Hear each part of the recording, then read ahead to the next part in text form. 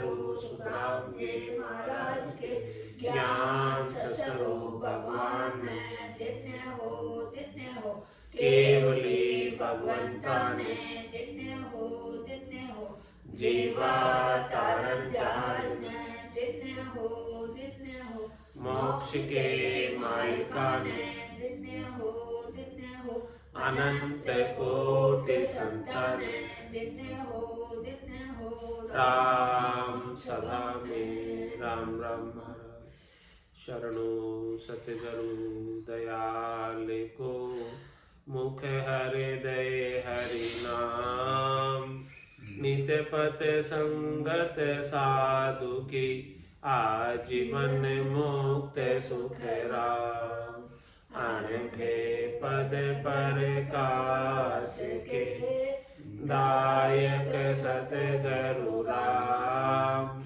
अनंत कोटि जन साय की ताय करु प्रणाम सतगुरु को एको शब्द मन कोई लेवे मान तो सहज होते हैं संत दास मुश्किल सुआसान भक्ति भक्त भगवंत गुरु चतुर नाम बपुए जिनके पद रज परसता नासत विघ्न सब धरती कागद करम सब वन कलम कटाई सात समुद्र शाही करम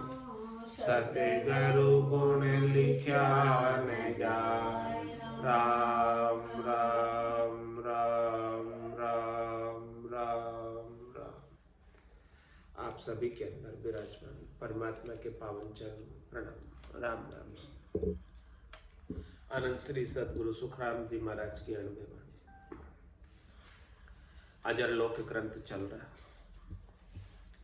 महाराज अजर लोक ग्रंथ के माध्यम से फरमा रहे हैं, यूं हंसा को कह समझाओ अपनो स्वरूप जे माय दिखाऊं तुम तो ब्रह्म और नहीं कोई आप भूल रयायु सोई।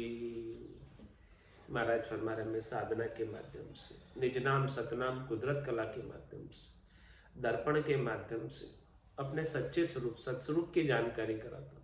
तुम्हारा सच्चा स्वरूप आनंद स्वरूप है, तुम्हारा सच्चा स्वरूप आत्म स्वरूप है, शरीर स्वरूप नहीं है। इस प्रकार से अपने सत्स्वरूप को पहचानो। तुम अपने सत्स्वरूप को भूले हुए हो और इस भूल की वजह से इस शरीर को ही अपना स्वरूप मान बैठे हो और ये शरीर से संबद्ध संसार ही अपना मान बैठे हो।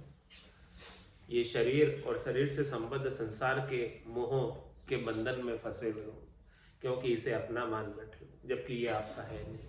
न तो ये शरीर आपका है और न ये शरीर से संबद्ध जितना भी संसार है वो आपका है।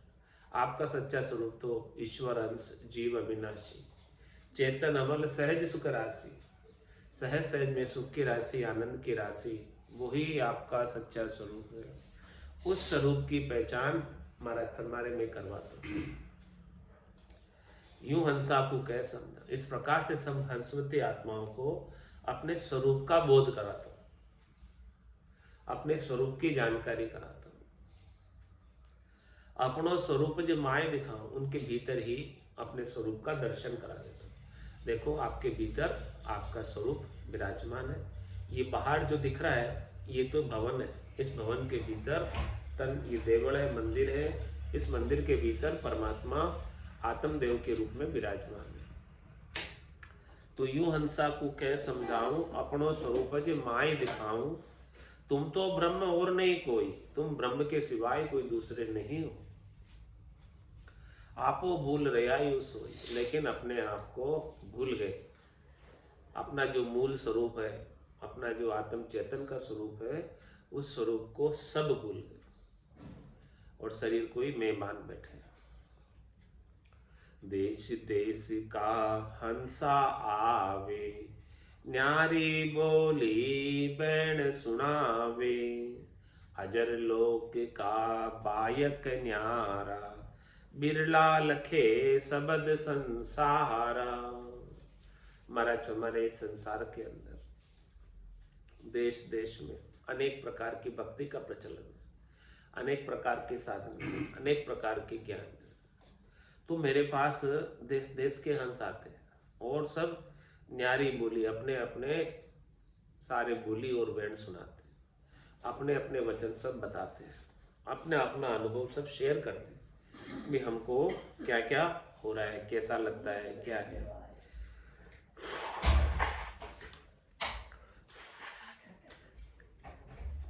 लेकिन महाराज हमारे अजर लोक का बायक न्यारा, जो अजरलोक प्राप्ति का बायक है, अजरलोक प्राप्ति के वचन है, अणबे के वचन है, वो एकदम अलग वचन है, त्रिलोकी से न्यारे वचन, त्रिलोकी में नहीं रखने वाले वचन, त्रिलोकी में फल प्राप्ति के वचन नहीं है, वो तो सतलोक में लेकर जाने वाले वचन है, सतलोक का यही भान करा देने वाले वचन कि आप सब सतलोक में ही विराजमान हैं, सतलोक के सिवाय यहाँ कुछ भी नहीं है। और इसी के अंदर ऐसे वचनों को सुनकर निर्भय पद की प्राप्ति करा देने वाले वचन, अजर लोक का बायक न्यारा, ऐसे बायक है, ऐसे वचन है, बिल्कुल अलग वचन है। बिरला लखे सबद संसारा, महाराज हमारे संसार के अंदर बिरले ही जन ऐसे अगम देश के अणबे के वचनों को लख सकते हैं। लखने का मतलब बाँच सही हम किया, ऐसे अणबे के वचनों को बाँच कर उसको सिग्नेचर कर देते हैं कि ये सही है। सही हम किया मतलब उसका गट के भीतर अनुभव कर लेते हैं कि जैसे ऐसे शब्दों में साधना बताइए, उस साधना का जो गटपड़चों का आनंद है वो हमें प्राप्त हो रहा है, वो बाँच सही हम किया। तो बिरला लखे सबद संसारा, बिरले ही जन जो है ऐसे शब्दों को अपने गट के भीतर साधना के माध्यम से लख सकते हैं। दुभाष्यो नर जब चले आवे, आप समझे ओरा समझावे, अमर लोक की बैठक ऐसी, हले न चले न डोले नहीं तेसी। महाराज फरमाने हैं कि दो भाषा नर जब आता है, जिसको दो भाषाओं की जानकारी, जिसे चौथे लोक की जानकारी हो, अजर लोक की, अमर लोक की, संतों के देश की, रामजनों के देश की जानकारी हो, वहाँ का पहुँच पराक्रम हो, वहाँ की अणबे की वाणी हो और यहाँ लोकल भाषा में सुना दे। संस्कृत काव्य कहूँ तो जग समझे ना आए, ता कारण सुखराम के बोलू प्राकृत हुआ है। महाराज फरमा रहे कि यहाँ की जो लोकल भाषा है, बोलचाल की भाषा है, उस बोलचाल की भाषा में आगम देश के गटपड़चों का अनुभव, गटपड़चों का आनंद कोई आकर समझा दे। आप समझ ओरा समझा, तो महाराज में पहले स्वयं समझेंगे, पहले स्वयं को अनुभव होगा, तभी जाके दूसरों को समझा पाएंगे। अब स्वयं को ही अगम देश के आनंद की गटपड़चों की अनुभूति नहीं है तो दूसरों को क्या समझाएंगे? अपनी वाणी के द्वारा क्या उद्बोधन देंगे यदि गटपड़चों का आनंद नहीं है उनके पास? तो महाराज हमारे अगम देश के ऐसे अनुभव के वचनों का उच्चारण तभी प्रभावकारी होगा, तब पहले स्वयं के गट में ऐसी रीत बन जाए और फिर दूसरों को ऐसा उद्बोधन दे, ऐसे वचन अणबे के बताए, अनुभव करके गट के भीतर, तभी जाके सुनने वाले के ऊपर उसका असर होता, उसके समझ में आता। स्वयं कोई समझ नहीं है तो दूसरे को क्या समझाएंगे? तो दुभाषा नर ही ऐसी बात को समझा सकता है, जिसको चौथे लोक की भाषा भी आती है, वहाँ का ज्ञान, वहाँ की पहुँच पराक्रम, और इस त्रिलोकी में आकर बता दे, और इस त्रिलोकी में आकर बताकर त्रिलोकी से बाहर कर दे। तो दुभाषो नर जब चलावे, आप समझ ओरा समझावे, अमर लोक की बैठक ऐसी, हले न चले न डोले नहीं तैसी। अमर लोक की बैठक बता रहे हैं।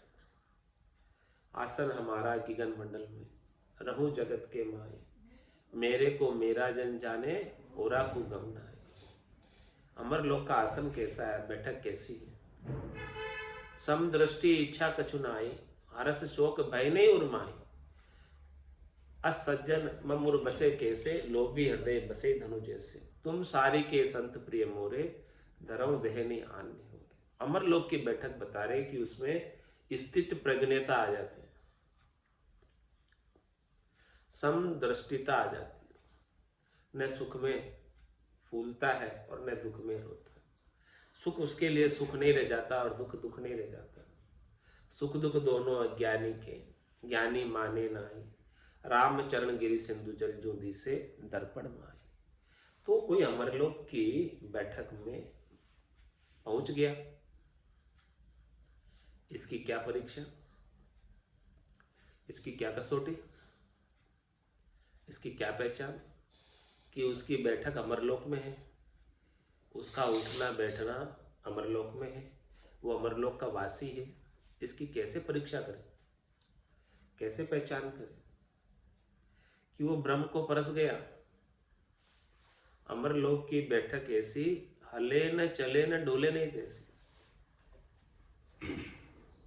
वो सुख दुख से हलता चलता नहीं, और परिस्थितियां कितनी आ जावे तो भी डावाडोल नहीं होता।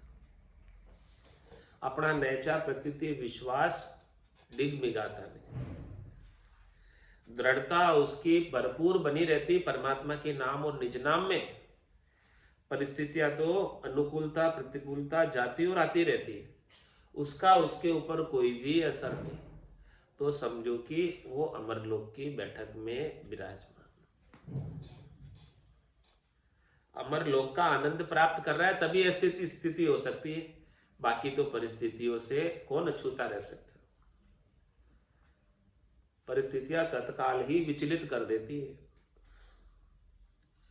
तो समझो कि अभी विचलित हो रहे हैं तो अमरलोक की बैठक आई नहीं।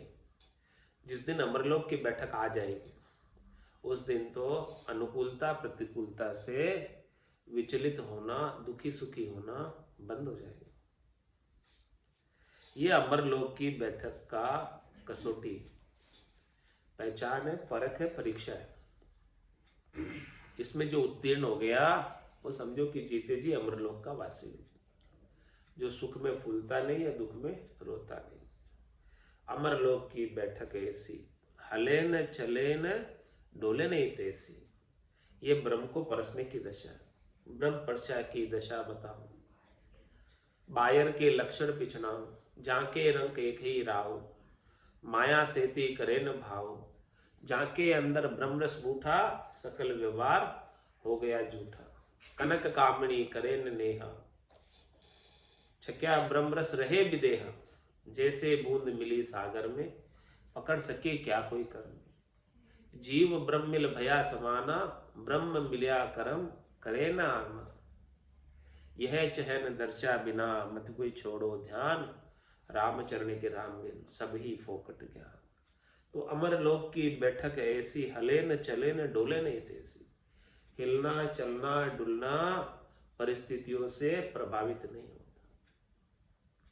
उसका आनंद गट के भीतर भरपूर निज नाम का बना रहता, सतनाम का बना रहता, कुदरत कला नेंचर का बना रहता, दुनियात्मक शब्द सुनाई देता रहता और सुखमणा में से अमृत जलता रहता। ऐसी अमरलोक की बैठक।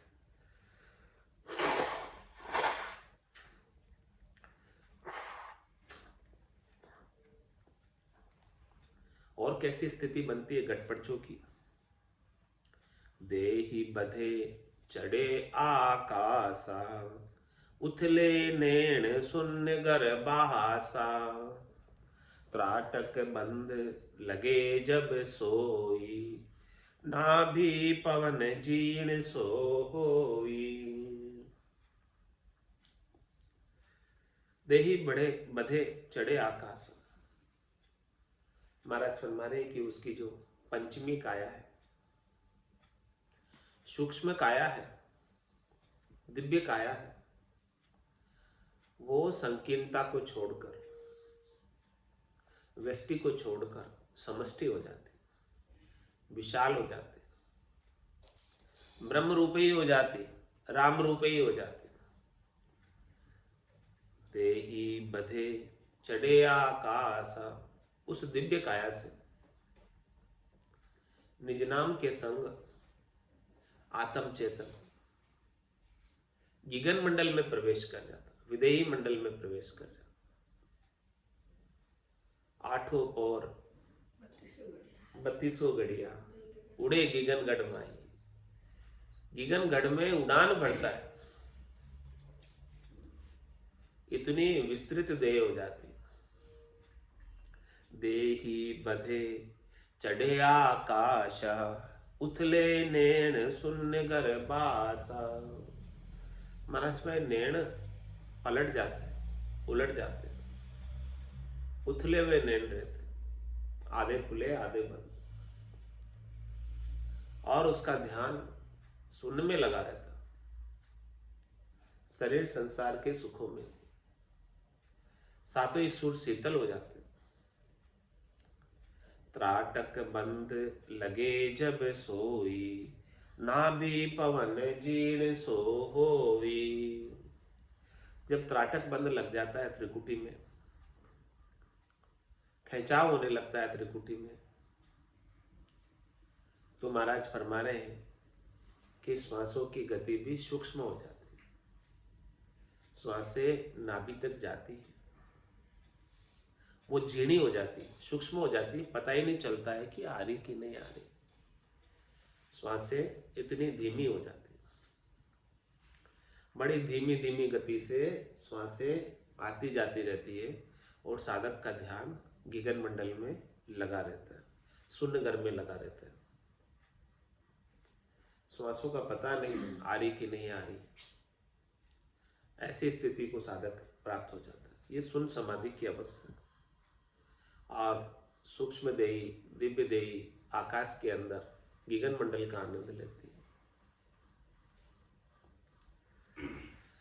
रेचक पूरक कुंभक ध्यानी, अजर लोक की या सेनानी। बैठा हले चले नहीं कोई, मुख दे चुपक बात नहीं होई। और क्या बता रहे महाराज? अजर लोक की सेनानी, रेचक पूरक कुंभक ध्यानी। श्वासों की गति इतनी धीमी हो गई है, कुछ पता ही नहीं लग रहा है, ध्यान लगा हुआ। रेचक का तात्पर्य श्वास बाहर छोड़ते वक्त, पूरक का तात्पर्य श्वास अंदर लेते वक्त, कुंभक का तात्पर्य श्वास भीतर की भीतर ही ठहर जाए और बाहर की बाहर ही ठहर जाए। तो भीतर ही भीतर ठहर गई तो आंतर कुंभक हो गया, बाहर ही बाहर ठहर गई तो बाह्य कुंभक हो गया। तो महाराज फरमा रहे हैं कि श्वास लेते वक्त, छोड़ते वक्त, ठहरते वक्त ध्यान लग जाता है नाम में, निज नाम में, दुनियात्मक शब्द में। रेचक पूरक कुंभक ध्यानी, अजर लोक की या सेनानी। यानी श्वास ले रहे हैं, श्वास छोड़ रहे हैं, श्वास अंदर ठहर रही है, श्वास बाहर ठहर रही है। इतनी सांसों की गति सूक्ष्म है कि हर एक पल में ही ध्यान लगा हुआ है, ध्यान से बाहर आता ही। तुम्हारा फरमाने देखो, अजरलोक में पहुंचने की ये सेनानी है कि ध्यान उनका उतरता ही नहीं, लगा ही रहता है, चढ़ा ही रहता है।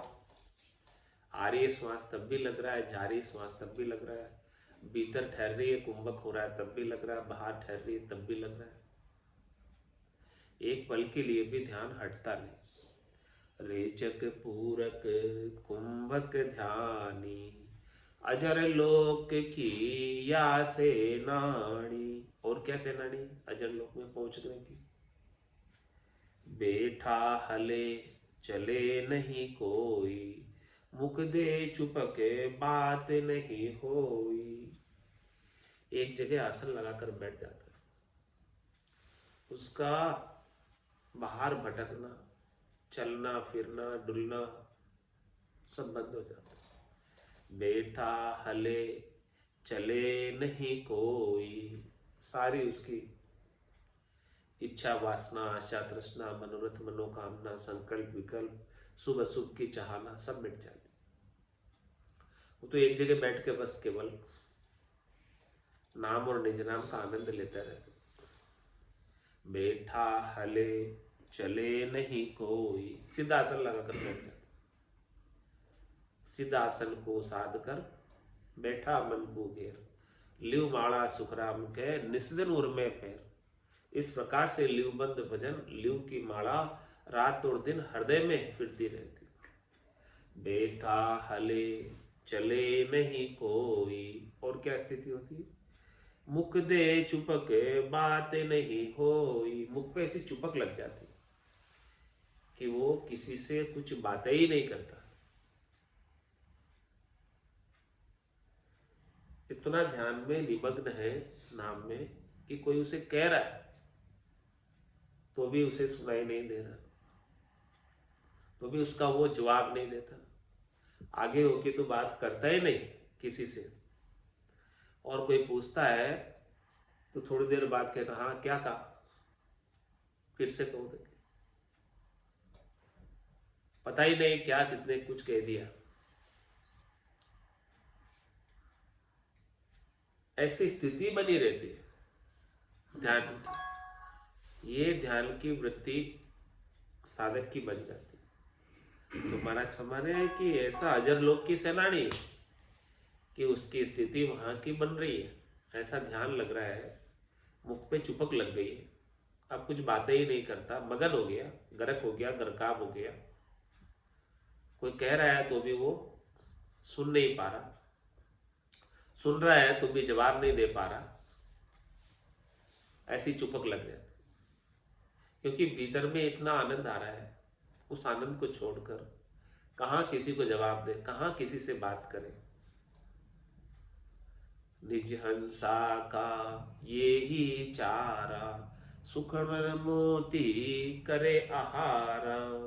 जल पी मन की श्रद्धा नाही, मतियो अमीरत दूरी हुई जाई। जल भी पीने की श्रद्धा नहीं रह जाती कि जो ऐसा आनंद भरपूर आ रहा है साधना का, नाम और निज नाम का, वो उतनी देर भी छोड़ना नहीं चाहता।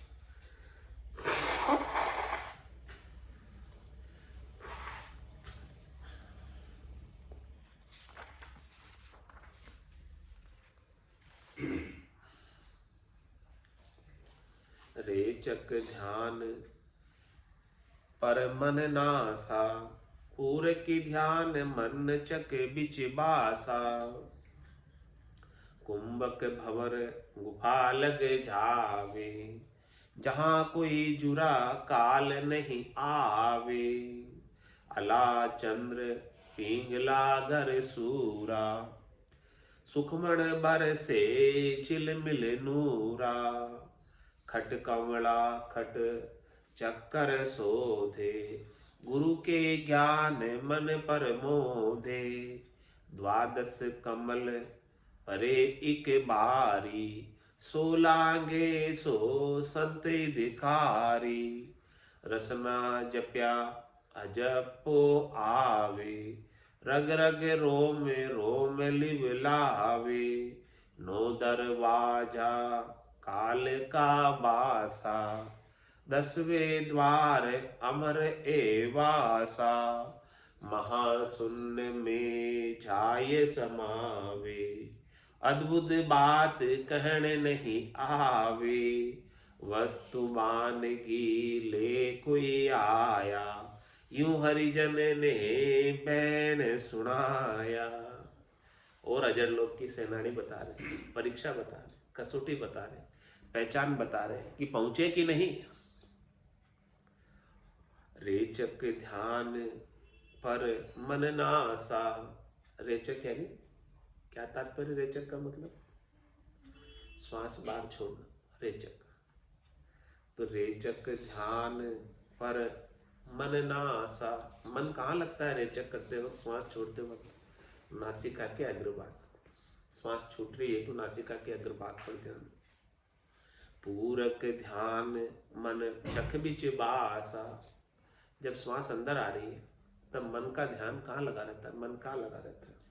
श्वास अंदर ले रहे हैं पूरक के अंदर, तो दोनों चख, दोनों आंखें, उसके बीच यहाँ पर ध्यान लगा रहता है मन का।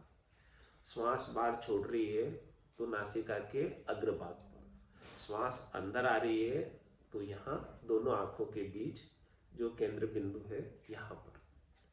तो रेच की ध्यान पर मन नासा, पूरक की ध्यान मन चक बिच बासा।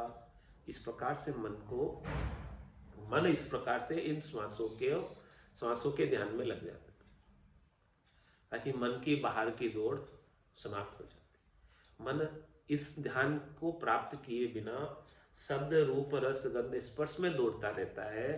तो महाराज फरमा रहे हैं कि इस प्रकार से मन इन श्वासों को देखने में लग जाता है।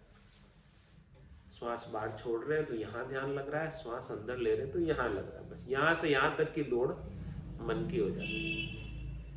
रेच की ध्यान पर मन नासा, पूरक की ध्यान मन चक बिच बासा। ये दोनों आंखों के बीच स्थान पर।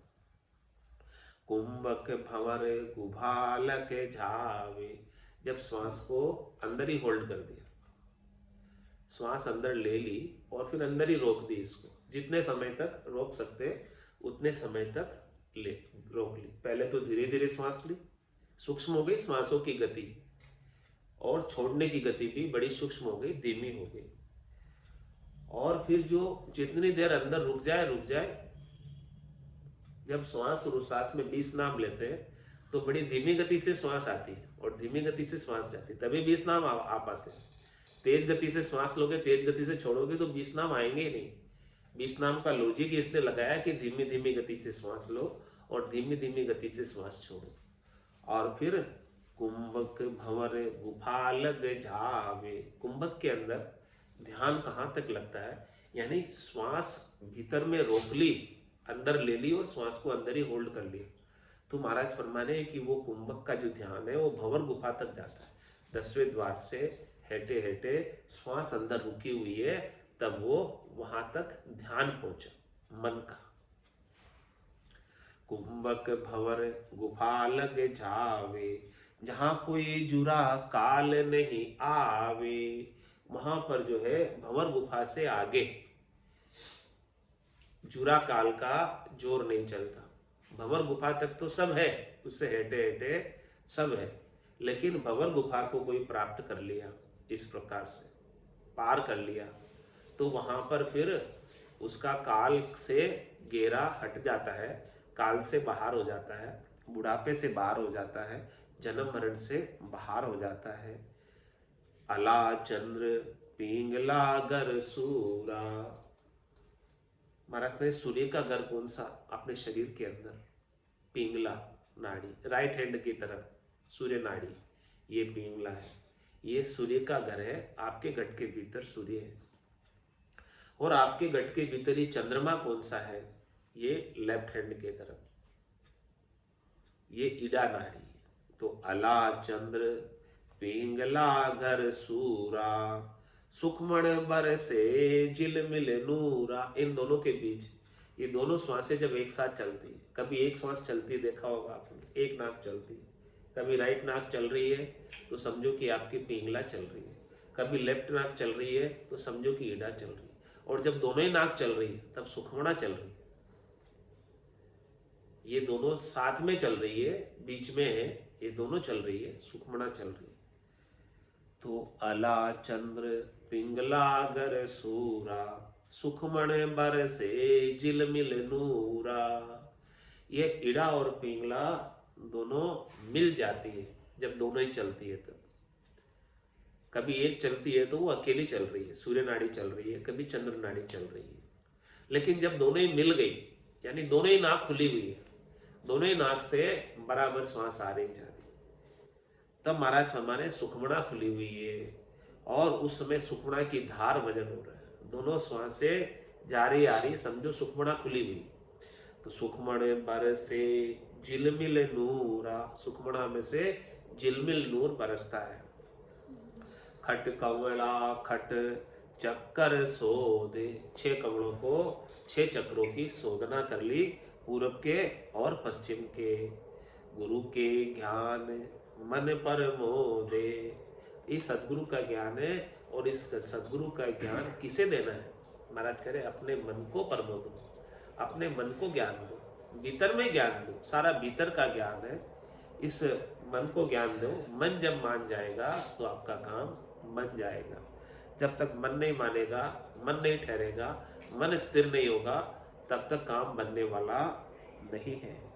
12 कमल परे के भारी, 16 सो संधिकारी। महाराज से मरे कि ये 12 कमलों के परे केवल की बारी, इस बारी को कोई लांग कर अगम देश में चला जाए, अजर लोक में चला जाए, संतों के देश में, रामजनों के देश में, अमर लोक में चला जाए, वो ही उस देश का अधिकारी हो सकता है, वही उस देश को प्राप्त कर सकता है। रसना जप्या अजपो आवे, रग रग रोम रोम लिवलावे। ये स्थिति कैसे बनेगी? ये 12 कमलों का छेदन कैसे होगा? किस प्रकार से ईडा पिंगला छुचपुना का भान होगा? महाराज भाई सदगुरु विधि से, रसना से रकार और मकार का श्वास और उसास में, रसना और कागल्या के संग जपो, राम नाम का सुमरण करो तो अजप्पा खुल जाएगा। बिना जपे हुए सुमरण आरंभ हो जाएगा। रसना जप्या अजप्पा आवे, और रग रग रोम रोम लिवलावे। कैसी स्थिति हो जाएगी? रग रग बोले राम जी, रोम रोम रंकार, सहजा सुमरण होते सो ही सुमरण सा। रोम रोम रसना लिवलाया, रोम रोम रसना बन जाएगी, और रोम रोम से हो रही रंकार जुड़कार, हमेशा रंकार की जुड़कार रोमावली से होने लगेगी। रग रग रोम रोम लिवलावे, नो दरवाजा काल का बासा, 10वें द्वार अमर ए वासा।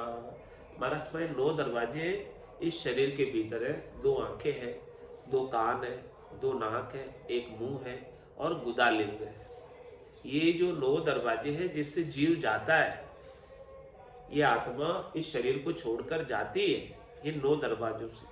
तो महाराज फरमा रहे हैं कि वहां तो काल आकर बैठा रहता है, जम के दूत 9 ही दरवाजे पे आकर बैठ जाते हैं, तो जम के दूत फिर पकड़ कर ले जाते हैं। जो 9 दरवाजों से जाता है वो जमराज के पास हिसाब किताब कराने जाता है।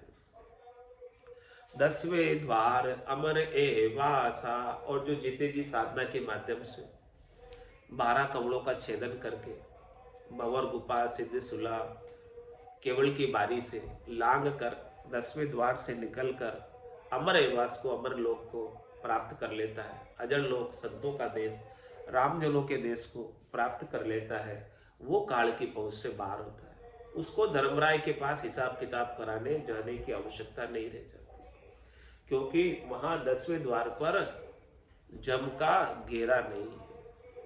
10वें द्वार से जो निकल कर गया वो सीधा अमरलोक में गया। तो कहाँ जाएगा? महाशून्य में जाए समावे, अद्भुत बात कहने नहीं आवे। महाराज हमारे वो हंसवती आत्मा, संत आत्मा अमर लोक में महाशून्य में जाकर समा जाती है, और ऐसी अद्भुत बात कहने में नहीं आती। विलक्षण बात है, अनिर्वचनीय बात है, वचनों में कहकर इस आनंद का वर्णन नहीं किया जा सकता। लेकिन वस्तु पान की ले कोई आया, यू हरिजन ने बैठ सुनाया। उस देश का आनंद तो अनिर्वचनीय है, इतना अगाध आनंद है, अगाध बोध है आनंद का, कि उसको सारा संपूर्ण कोई कहकर बताना चाहे तो बता नहीं सकते। उसकी तो कोई मानगी बता सकते हैं, झलक दिखला सकते हैं। एक मानगी मिल जाए, झलक मिल जाए तो महाराज फरमाने निहाल हो जाए।